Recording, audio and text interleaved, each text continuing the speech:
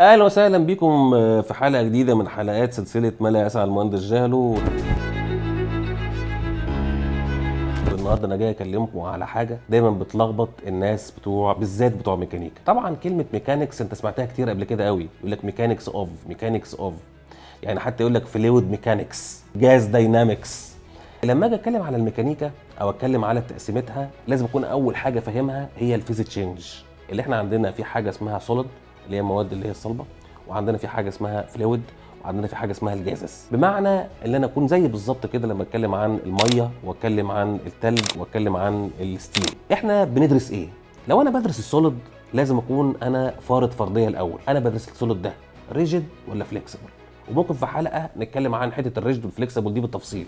بس الريجيد ببساطه ان الجسم دوت ما بتتغيرش ابعاده، اما فليكسبل الجسم ده بتتغير ابعاده. احنا لازم نفرض اول حاجه فرضيه، احنا بنتكلم على ايه؟ على ريجيد ولا فليكسبل. وبعد كده بقى ابتدي اتكلم بقى، اشوف انا هتكلم على استاتيك ولا هتكلم على دايناميك ولا هتكلم عن الونجيشن وكونتراكشن وفلكسبيليتي، واتكلم عن يانجز مودولس والكلام والستريسز والسترين والميكانكس اوف ماتيريال. دي كده انت بتتكلم على سوليد. يبقى لازم اكون انا فاهم انا لما اقول ميكانكس اوف سوليدز انا بتكلم على ايه؟ الفرضيه هو ريجد ولا فليكسبل، ولازم اكون عارف انا بتكلم على الاستاتيك ولا الدايناميك. وطبعا ببساطه كده الفرق بين الاستاتيك والدايناميك، الاستاتيك هو علم السكون والداينامكس هو علم الحركه. حاجه ساكنه ستاتيك، حاجه متحركه بنقول عليها دايناميك. نفس الكلام لو رحنا للفيزياء الثانيه اللي هي الفلويد، يقول لك ايه؟ فلويد ميكانكس. طب يعني فلويد ميكانكس دي مقصود بيها ايه؟ الفلويد ساكن او فلويد بيتحرك. لو الفلويد ساكن بنقول عليه فلويد ستاتيك، ولو الفلويد بيتحرك فلويد داينامكس. عندك حاجه اسمها الفلويد ستاتيك، يعني ميه ساكنه، ميه في خزان، ميه في حمام سباحه، دي احنا بنسميها السدود، دي احنا بنسميها فلويد ستاتيك. لو الميه دي اتحركت في بايب، اتحركت في اوبن تشانل، بنقول عليها داينامكس. وده علم اسمه علم الفلويد ميكانكس او الميكانكس اوف فلويد. لو رحنا للفيزياء الاخيره اللي هي بتاعت الغازات، مش هتلاقي فيها كلمه ستاتيك ولا هتلاقي فيها كلمه ميكانكس، هتلاقي فيها كلمه ايه؟ جاز دايناميك.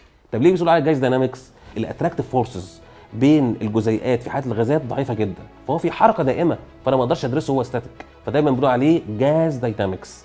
زي مثلا الايروداينامكس والكومبوتيشن فلويد داينامكس، السي اف دي وكل التطبيقات دي.